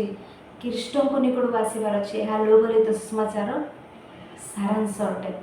ଆଉ ଗୋଟେ ବିଷୟ କ'ଣ କହିଲେ, ଲୁକ ଅନେକ ବିଷୟ ଲୁକ ଲିଖିତ ସୁସମାଚାରରେ ଲେଖିବା ପରେ ଆମେ ଦେଖିଥାଉ, ଯାହାକି ଅନ୍ୟ 3 ଜଣ ସୁସମାଚାର ଲେଖକ ଲେଖିନାହାନ୍ତି। ଅନେକ ବିଷୟ ଲୁକ ଲିଖିତ ସୁସମାଚାରରେ ଅନେକ ବିଷୟ ଲେଖିବା ପରେ ଆମେ ଦେଖିଥାଉ। ପ୍ରିୟମାନେ, 3 ସୁସମାଚାର 3 ଜଣ ଲେଖିନଥିବା, 3 ଜଣ ସୁସମାଚାର ଲେଖକ ଲେଖିନଥିବା ଅନେକ ବିଷୟ ଆମମାନଙ୍କୁ ଲୁକ ଲିଖିତ ସୁସମାଚାର ଆମେ ଦେଖିଥାଉ। ଦେଖନ୍ତୁ, ଗୋଟେ ବିଷୟ ଆମେ କ'ଣ ଦେଖିଲେ, କନ୍ୟା ଗର୍ଭବତୀ ହୋଇ ପୁତ୍ର ପ୍ରସବ କରିବେ। ଏହା ଲୁକ ହିଁ ଲେଖିଲେ। କନ୍ୟା ଗର୍ଭବତୀ ହୋଇ ପୁତ୍ର ପ୍ରସବ କରିବେ। ଅନେକ କୁହନ୍ତି, କନ୍ୟା କିପରି ଗର୍ଭବତୀ ହେବେ? ମୂର୍ଖ ଲୋକ କୁହେ, କନ୍ୟା କିପରି ଗର୍ଭବତୀ ହେବ? ବିଶ୍ୱାସ କରନ୍ତି ନାହିଁ। କିନ୍ତୁ ଲୁକ ଜଣେ ଡକ୍ଟର କହୁଛନ୍ତି କ'ଣ କହି, କନ୍ୟା ଗର୍ଭବତୀ ହୋଇ ପୁତ୍ର ପ୍ରସବ କଲେ। ଅତି ସୂକ୍ଷ୍ମ ରୂପେ ଅନୁସନ୍ଧାନ କରି ଧାରାବାହିକ ରୂପେ ବିବରଣୀ ଦେଇ ଲେଖିଛନ୍ତି ଲୁକ ଲିଖିତ ସୁସମାଚାର। ସେଥିରେ ଲୁକ କହୁଥିବା ବିଷୟ କ'ଣ? କନ୍ୟା ଗର୍ଭବତୀ ହୋଇ ପୁତ୍ର ପ୍ରସବ କଲେ। ଲୁକ କହିଲେ ମାନେ ତାହା ଘଟିଅଛି। ସେ ଅନୁସନ୍ଧାନ କରିଅଛନ୍ତି, ସେ ପ୍ରମାଣ ଦେଇଛନ୍ତି। ଆମମାନେ କିଏ ନାହିଁ କହିବାକୁ? ଲୁକ ଲିଖିତ ସୁସମାଚାରରେ ଏହି ପ୍ରକାର ଅନେକ ବିଷୟ 3 ଜଣ ସୁସମାଚାର ଲେଖକ ଲେଖିନଥିବାର ଲୁକ ଲିଖିତ ସୁସମାଚାର ଲୁକ ଲେଖିବା ପରେ ଆମେ ଦେଖିଥାଉ। ସେହିପରି ଜଣେ ଗାବ୍ରିଏଲ ଦେବଦୂତ ଆସିବେ। ଗାବ୍ରିଏଲ ଦେବଦୂତ ଆସି ମରିୟମଙ୍କ ସହିତ କଥା ହେବା ସନ୍ଦର୍ଭ ଏହା ମଧ୍ୟ ଲୁକ ଲିଖିତ ସୁସମାଚାର ଆମେ ଦେଖିଥାଉ। ଗାବ୍ରିଏଲ ଦେବଦୂତ ଆସି ମରିୟମଙ୍କ ସହ କଥାବାର୍ତ୍ତା ହେବା ସନ୍ଦର୍ଭ ମଧ୍ୟ ଆମେ ଲୁକ ଲିଖିତ ସୁସମାଚାରରେ ଦେଖିଥାଉ। ଗାବ୍ରିଏଲ ଦୂତ ଆସି କ'ଣ କହିବେ? ଆଗ ଅନୁଗ୍ରହ ପାତ୍ରୀ ତୁମର ମଙ୍ଗଳ ହେଉ, ଏହା ଶୁଣିବାରୁ ମରିୟମ କହିବେ, ଏହା କିପରି ହେବ? ମୁଁ ତ ପୁରୁଷକୁ ଜାଣେ ନାହିଁ। ଏହି ବିଷୟ ମଧ୍ୟ ଆମେ ଲୁକ ଲିଖିତ ସୁସମାଚାରରେ ହିଁ ଦେଖିଥାଉ। ଲୁକ ଲିଖିତ ସୁସମାଚାରରେ ଏହି ବିଷୟ ମଧ୍ୟ ଆମେ ଦେଖିଥାଉ। ତେଣୁ ପ୍ରିୟମାନେ, ଅନେକ ବିଷୟ ପ୍ରକାର ଲୁକ ଲେଖିବା ପରେ ଅନେକ ବିଷୟ ଗୁଡ଼ିକ ଆମେ ଦେଖିଥାଉ। ତେଣୁ ଏ ସମସ୍ତ ବିଷୟ ମାନେ ବିଶ୍ୱାସ କଲେ ପରିତ୍ରାଣ ପାଇବା। ନାଇଁ ମୁଁ ବିଶ୍ୱାସ କରିବି ନାହିଁ କହିବା କି, ତାହେଲେ ଦଣ୍ଡ।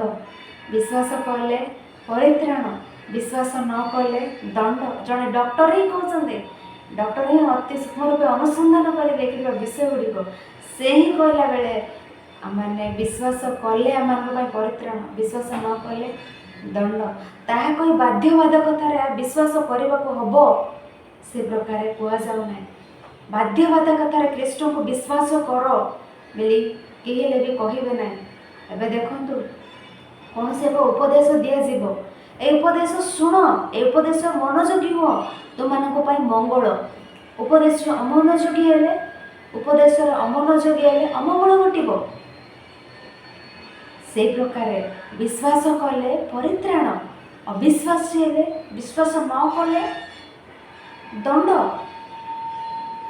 अनेक लोक कहते बाइबल माछुआ माने माछ धरिया लोक मैंने लिखिं। अधिकांश लोक ए प्रकार कहते माछुआ लोक मैंने माछ धरिया लोक मैंने लिखिं बाइबल को बोली। नुह प्रिय मैंने ईश्वर 40 ରୁ 42 जन लोक मानू भक्त मानू मनोनीत करे द्वारा ईश्वर एक बाइबल को लिखाई अच्छे। केवल माछ धराड़ी मैंने लिखि ना 40 ରୁ 42 जन लोक को ईश्वर मनोनीत करे द्वारा लिखाइले। से मध्य क्यों मैंने अच्छा कहले राजा मैंने अच्छा, ज्ञानी अच्छा। दाऊद नुहति कि राजा, ज्ञानी सोलोमन नुहति कि सोलोमन लिखिं। ज्ञानी राजा मैंने लिखिं। साधारण विषय बोली मन करतु ना। जो मैंने ईश्वर निकट को आसबार अच्छे, जे के होना कहीं ईश्वर निकट में आंटु पातिबार अच्छे, जे के होना कहीं ईश्वर निकट में नतमस्तक होबार अच्छे, ईश्वर को छामर आंटु पातिबार अच्छे। ईश्वर को बिना ए जीवन में मु जीवित हो रही पारि ना बोली कहबार अच्छे। आहरी बाइबल क्या क्या द्वारा लिखिले जानते? जड़े माथ्यू विषय मैंने पढ़ुले। माथ्यू मैथ्स रे से सिद्ध, से जड़े टैक्स कलेक्टर भाव में चाकरी करुँच। कर आदायकारी चाकरी खाली ठारे देदेवे कि केते ज्ञान दिबार अच्छे, केते समस्त विषय से जानिबार अच्छे। से प्रकार जड़े टैक्स कलेक्टर माथ्यू द्वारा से लिखाइले। आउरी से प्रकार जड़े पाउल समस्त विद्यार निपुण ज्ञानी पाउल से कहते परिपक्व लोक मान मध्य ज्ञान कथा प्रकाश करू, परिपक्व लोक मान मध्य ज्ञान कथा प्रकाश करू। पाउल आहरी पाउल विषय आलोचना कले आर्यपागर एक सभार सेठारे ज्ञानी मान सभा समस्ते सेठारे दिबा लोक मैंने क्यों प्रकार कहले से थरे शुणुवा विषय आउ गोटे थर शुणा इच्छा करती ना। से थरे शुणुवा विषय गुड़ी को आउ गोटे थर शुणा निमंते इच्छा करती ना। सेहीपरि लोक मान मध्य ज्ञान कथा कही से कृष्ण को पाद निकट को आनी व्यक्ति रूपे पाउल आम देखा जाते। कौन तांकर ज्ञान? पाउल ज्ञानी कहीं शास्त्री कहीं ये जुगर तार्किक कहीं कही चैलेंज कर व्यक्ति। वर्तमान ज्ञान जन्मित ग्रीस रे सेठारे ए प्रकार पाउल ज्ञानी द्वारा ईश्वर लिखाइले वाक्य। से ही वाक्य निकट रे बाइबल निकट रे नतमस्तक होला बेले आमे माने किए आपण किए समस्ते बाइबल निकट को आसबार अच्छे। समस्ते जीशुख्रीष्ट को जानिबार अच्छे, समस्ते जीशुख्रीष्ट को ग्रहण करिबार अच्छे। स्वर्ग राज्य को जीवाक हेले समस्ते ख्रीष्ट निकट को आसबार अच्छे। कारण जीशुख्रीष्ट ही स्वर्ग राज्य जीवाई मार्ग अटंती। तेणु से कहते मो पथ सत्य और जीवन मो दे न गले कई पिता निकट को कई स्वर्ग राज्य को जापर ना। अनेक मार्ग ना स्वर्ग राज्य जीवा निमंते गोटे ही मार्ग अच्छी, से मार्ग ही जीशुख्रीष्ट। तेणु समस्ते जानवर अच्छे, समस्ते द्वारा ही स्वर्ग राज्य जीवार अच्छे। तेणु कौन कहले लुक जड़े डॉक्टर ही कहते कौन कन्या गर्भवती हो पुत्र प्रसव कले कही जड़े डॉक्टर ही सर्टिफाई कला बेले मना करने को आम मैंने किए ए प्रकार अनेक विषय लुक लिखित सुसमाचार आम देखी था जहाँकि अवशिष्ट 3 जन सुसमाचार लेखक लेखि न विषय गुड़िक सेठारे नथिबा विषय गुड़िक आम लुक लिखित सुसमाचार अनेक विषय आम देखी था। प्रिय मैंने से आम देखिपारे लुक लिखित सुसमाचार 2 अध्याय 10 पद, लुक लिखित सुसमाचार 2 अध्याय 10 पद से दूत से कहले भय कर नहीं, देख मु समस्त लोकंकर अत्यंत आनंदजनक सुसमाचार तुमको जनाऊँगी।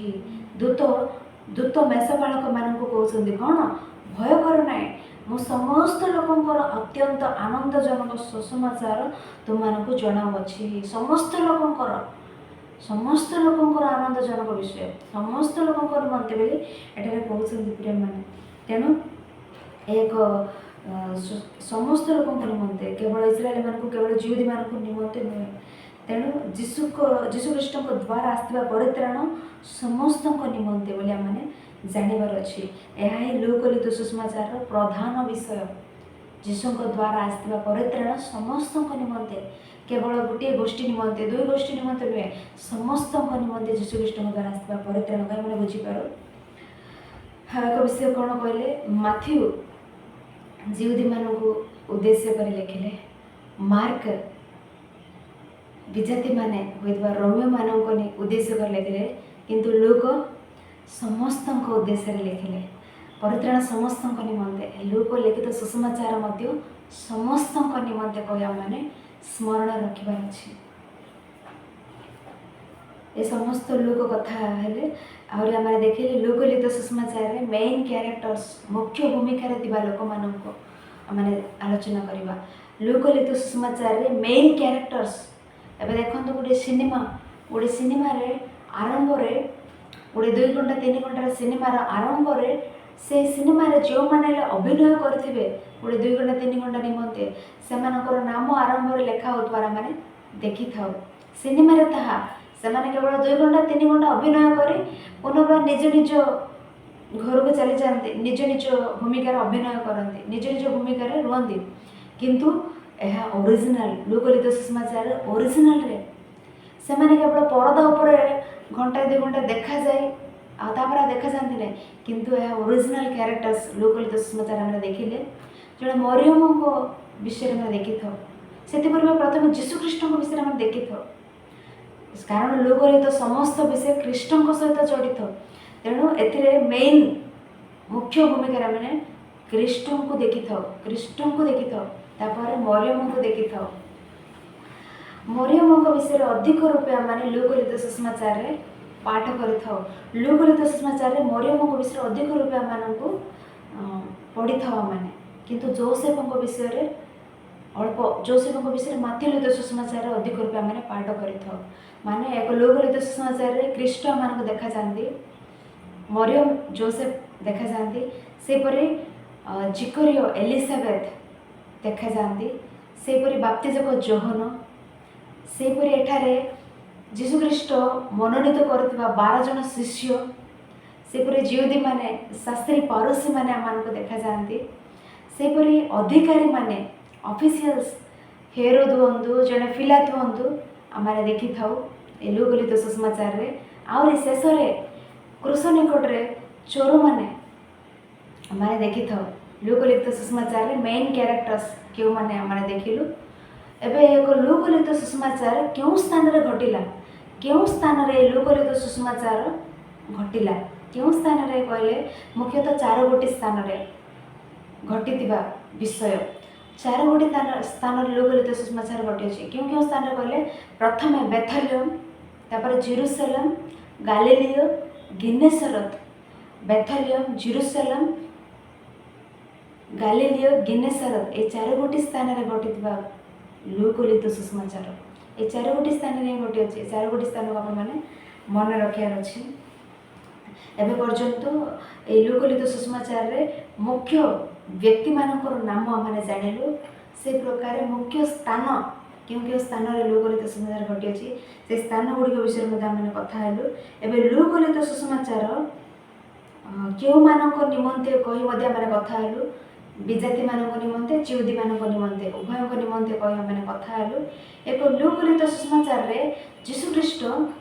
मनुष्य पुत्र बोली कहंती लुक लिखित सुसमाचार रे जीशु ख्रीष्ट को लुक मनुष्य पुत्र भाव में देखाइले मनुष्य पुत्र कहले कहीं मनुष्य पुत्र कहले जीशु ख्रीष्ट कहीं जगत को आसते कहले मनुष्य मान ईश्वर सह मिलित करने निमंते मनुष्य मान ईश्वर सह मिलित करने निमंते जीशु जगत को आसते से लुक जीशु ख्रीष्ट को मनुष्य पुत्र भाव में देखाइबा पर मैंने देखु मनुष्य पुत्र बोली कहले आउरी एक लुक लिखित सुसमाचार रे मनुष्य पुत्र भाव में ईश्वर को लोक मान को मिलित करने मनुष्य मानकर परित्राण विषय आम देखी था लूकलित सुसमाचार 19 अध्याय 10 पद। लूकलित सुसमाचार 19 अध्याय 10 पद आम पाठ कले। लूकलित सुसमाचार 19 अध्याय 10 पद। कारण जहाँ हजि अच्छी ताहा खोजी रक्षा करने को मनुष्य पुत्र आसी अछंती। जहाँ हजि अच्छी ताहा खोजी रक्षा करने को मनुष्य पुत्र आसी अछंती। अर्थात ए लूकलित सुसमाचार प्रधान उद्देश्य कौन कहले? परित्राण। प्रधान उद्देश्य कौन कहले? परित्राण कार्यक्रम। से दाऊदंक नगर में लूकलित सुसमाचार 2 अध्याय 11 पदरे आज दाऊदंक नगर में तुम निमंते त्राणकर्ता जन्मग्रहण कर से ख्रीष्ट प्रभु। लूकलित सुसमाचार प्रधान उद्देश्य होची परित्राण। मैंने देखिले दाऊदंक नगर में तुम निमंते त्राणकर्ता जन्मग्रहण कर से प्रकार 2 अध्याय 31 पद तुम्हें समस्त लोकों सम्मुख में प्रस्तुत कर परित्राण समस्त लोकों सम्मुख में प्रस्तुत कर परित्राण विषय लूकलित सुसमाचार सारा आम पढ़ुले परित्राण विषय प्रधान विषय कौन कहले? परित्राण। मार्क लिखित सुसमाचार पढ़ला बेले आम मैंने देखिलु मार्क जीशुख्रीष्ट को क्यों प्रकार देखाइले? सेवक रूपे परिचारक रूपे देखाइले। सेवक रूपे परिचारक रूपे देखाइले। मार्क कौन कहले जीशु विषय? जे कहीं जदि कहीं प्रधान हवा को इच्छा कर जीशु कहले ना जदि कहीं प्रधान हवा को इच्छा कर ताले समस्त सान हो समस्त सेवक हो। सेपरी जीशु विषय जीशु सेवक रूपे परिचारक रूपे देखाइबा वाक्य मार्क लिखित सुसमाचार 10 अध्याय 45 पदरे से सेवा पाइबा को आसीना सेवा करने को अनेकों निमंते मुक्तिर मूल्य स्वरूप प्राण देवा निमंते आसी। मार्क जीशुख्रीष्ट को ईश्वर को पुत्र रूपे एक सेवक रूपे एक परिचारक रूपे देखाइला बेले लूक जीशुख्रीष्ट को त्राणकर्ता रूपे समस्त निमंते समस्त परित्राण निमंते आसीथिबा व्यक्ति रूपे त्राणकर्ता रूपे देखाइबा परे आम माने देखि थाओ। तेणु एठारे देखि थाओ आहरी लोक कौन कहते कहले जीशु जन्म ठार आरंभ कर जीशु मरण समाधि पुनरुत्थान पर्यंत ख्रीष्ट शिक्षा गुड़िक ख्रीष्ट जीवन में लोक अधिक रूपे फोकस करुवा गोटे विषय कौन कहले? जीशुख्रीष्ट जीवन में जीशुख्रीष्ट जन्म मृत्यु समाधि पुनरुत्थान समस्त विषय लोक फोकस करुवा एक विषय कौन कहले? लोक दृष्टि करुवा एक विषय कौन कहले? जीशु दीनहीन मानक विषय मनोयोगी हेबार दीनहीन मानक विषय जीशुख्रीष्ट आलोचना करिवार दीनहीन मानक प्रति जीशुख्रीष्ट प्रेम प्रति लोक दृष्टि कले। देखिबा कि लूकलित सुसमाचार 4 अध्याय 18 पद। लूकलित सुसमाचार 4 अध्याय 18 पद प्रभुकर आत्मा मोठारे अधिष्ठित जेणु दीनहीन मानक निकट में सुसमाचार प्रचार करने निमंते क्यों मानक निकट में? दीनहीन मानक निकट में सुसमाचार प्रचार करने निमंते। से प्रकार लूकलित सुसमाचार 6 अध्याय 20 पद।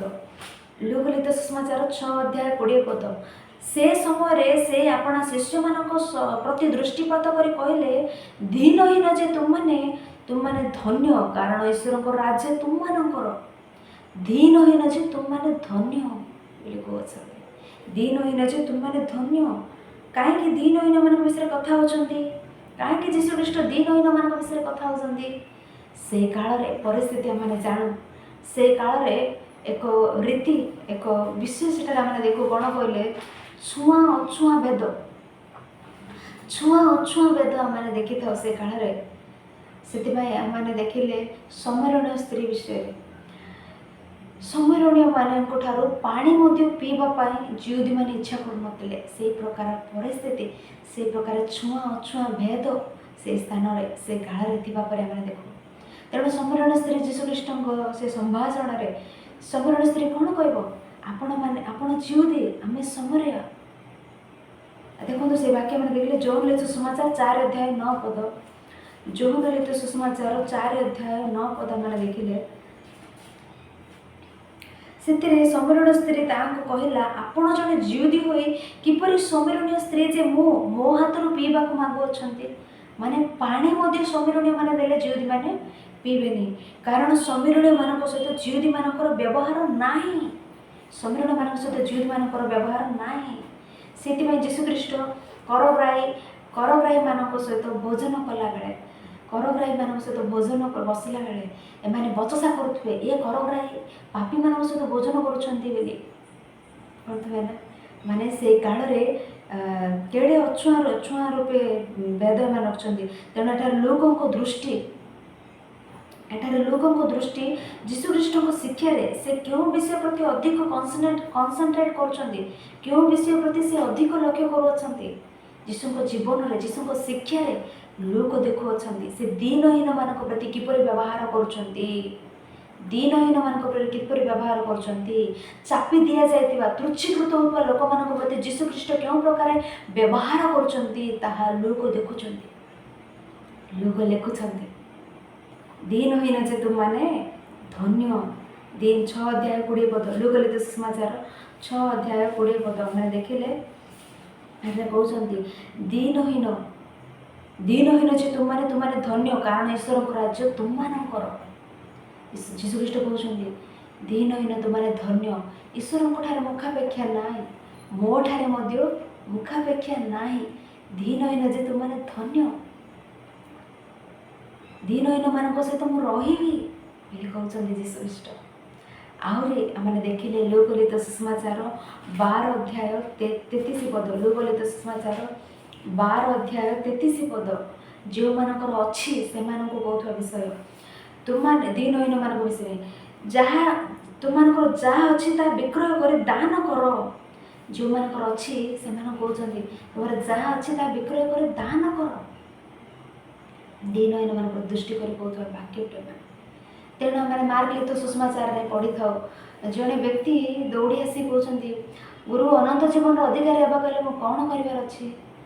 ତୁମର ଥିବା ସମସ୍ତ ବିକ୍ରୟ କରି ଦରିଦ୍ରମାନଙ୍କୁ, ଗରିବ ଲୋକମାନଙ୍କୁ ବାଣ୍ଟି ଦିଅ। ଏ ବିଷୟ ମାନେ ମାର୍କଲିତ ସୁସମାଚାରରେ ପଢ଼ିଲୁ।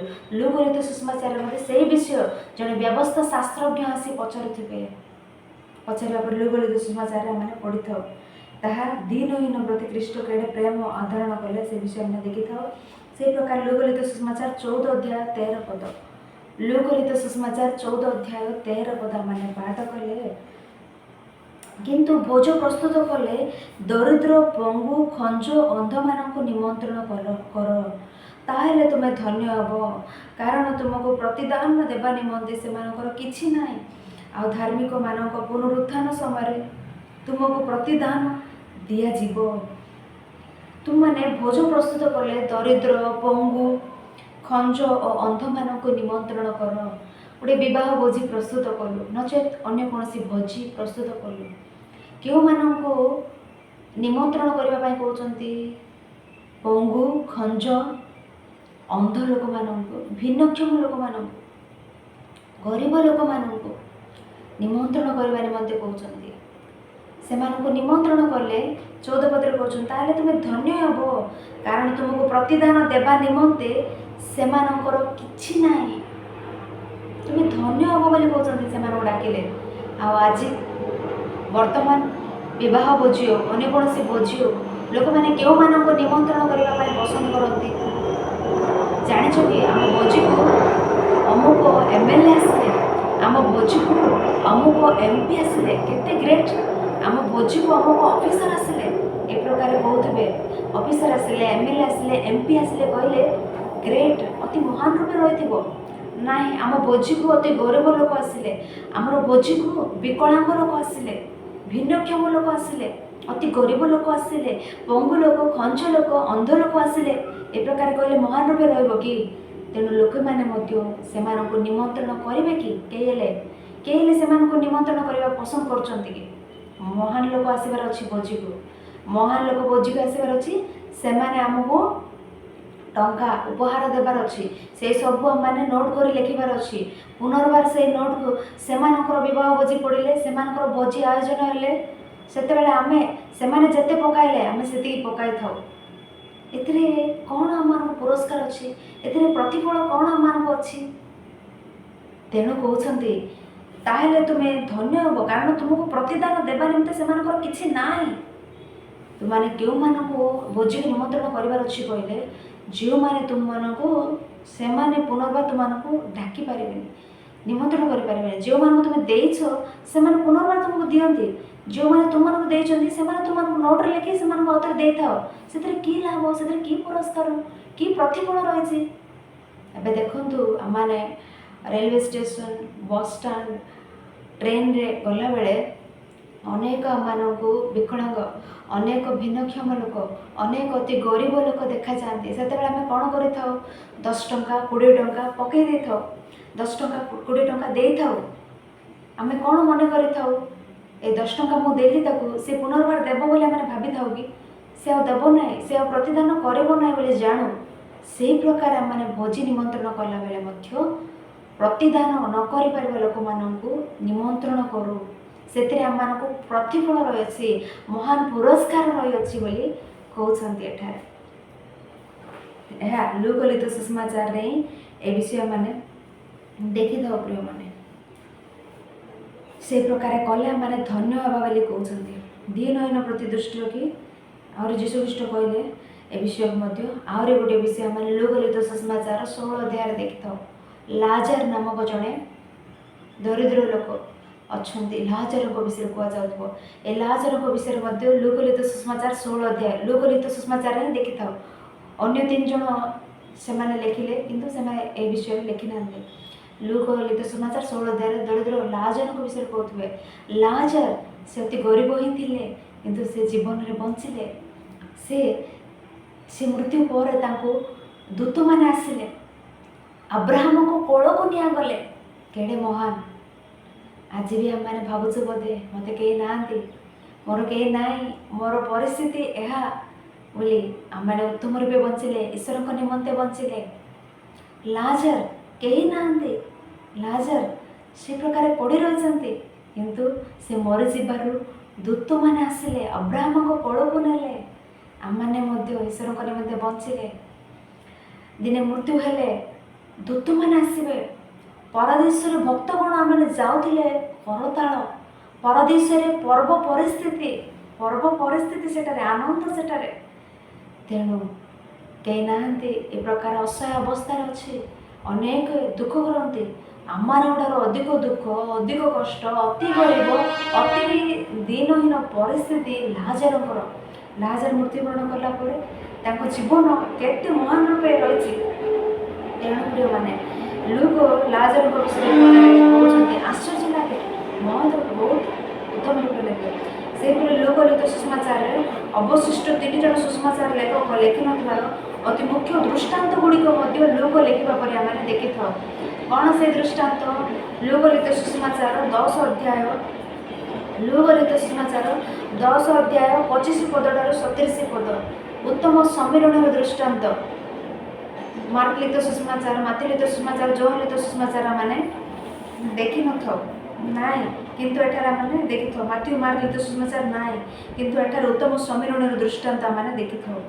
ସେହି ପ୍ରକାରେ ଆଉ ଏକ ବିଷୟ ହଜିଲା ମେଣ୍ଢାର ଦୃଷ୍ଟାନ୍ତ। ହଜିଲା ମେଣ୍ଢାର ଦୃଷ୍ଟାନ୍ତ ମଧ୍ୟ ଆମେ ଲୁକ ଲିଖିତ ସୁସମାଚାରରେ ଦେଖିଥାଉ।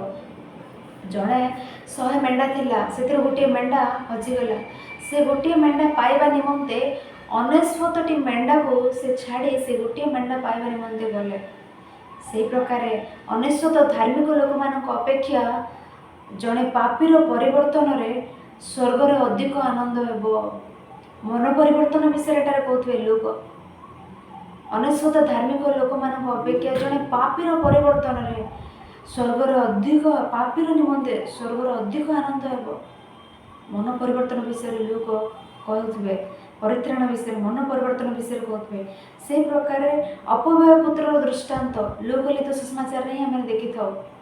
ଅପବ୍ୟୟ ପୁତ୍ରର ଦୃଷ୍ଟାନ୍ତ। ଜଣେ ପୁଅ ନିଜ ବାପାଙ୍କ ଠାରୁ ସମ୍ପତ୍ତିର ଭାଗ ମାଗିଲା, ଘର ଛାଡ଼ି ବାହାରକୁ ଗଲା।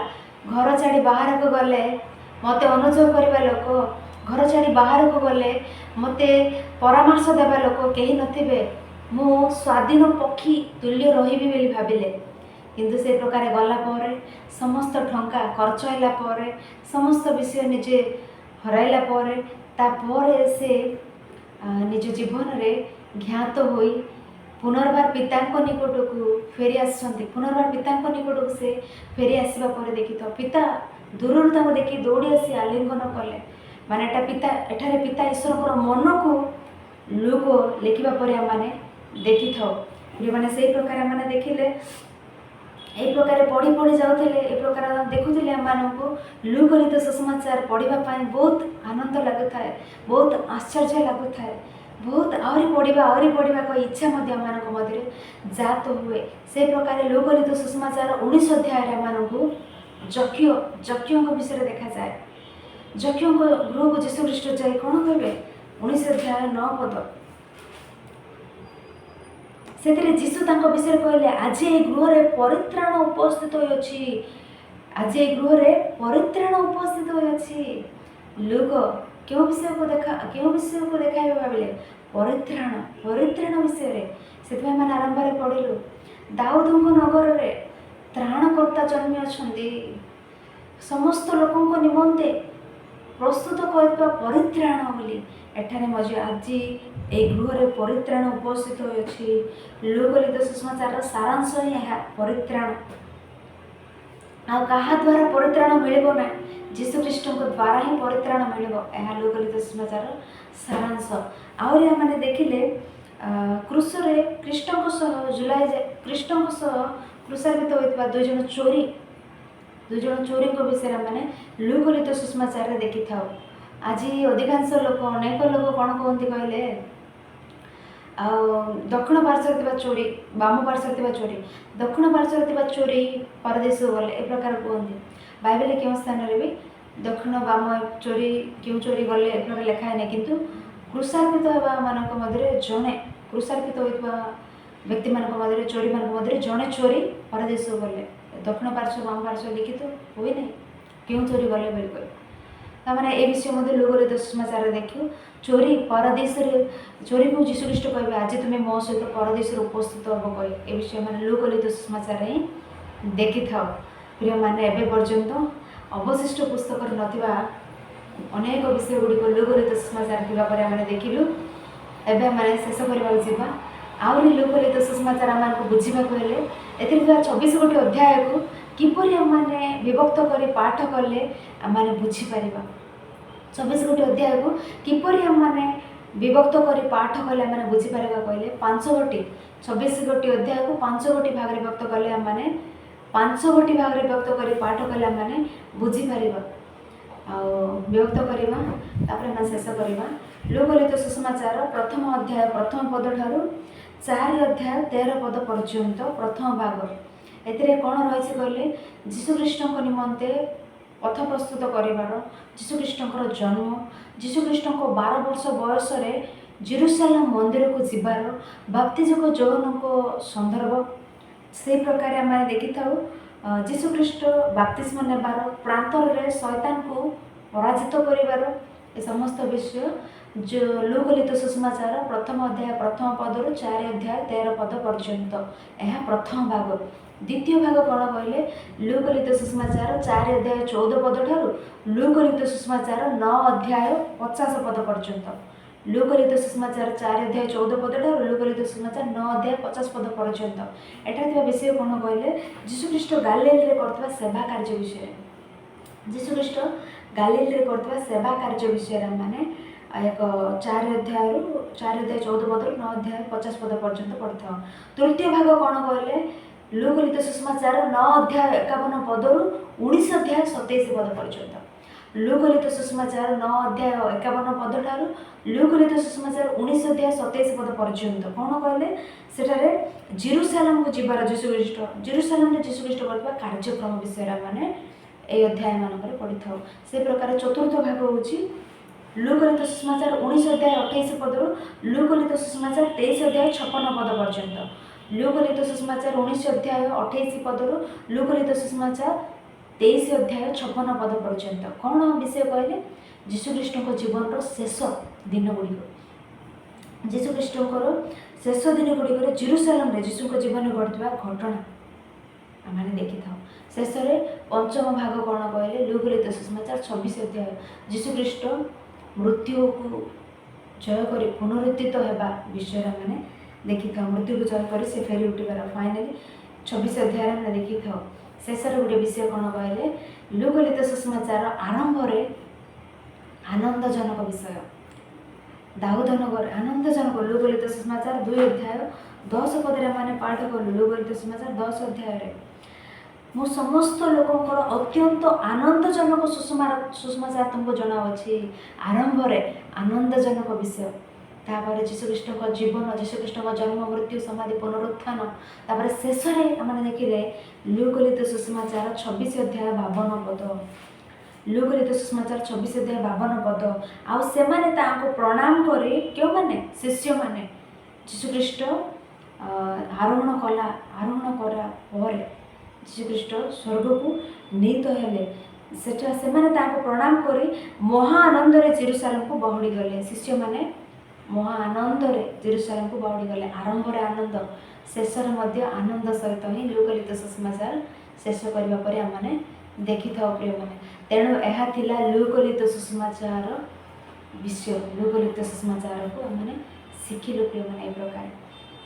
ତେଣୁ ସମସ୍ତେ ଏ ପ୍ରକାରେ ଶୁଣୁଥିବାରୁ, ଧୈର୍ଯ୍ୟ ସହକାରେ ଗୋଟେ ସୁସମାଚାର, ଗୋଟେ ପୁସ୍ତକ ଶୁଣୁଥିବାରୁ ଧନ୍ୟବାଦ ଜଣାଏ। ଆହୁରି ଅଧିକ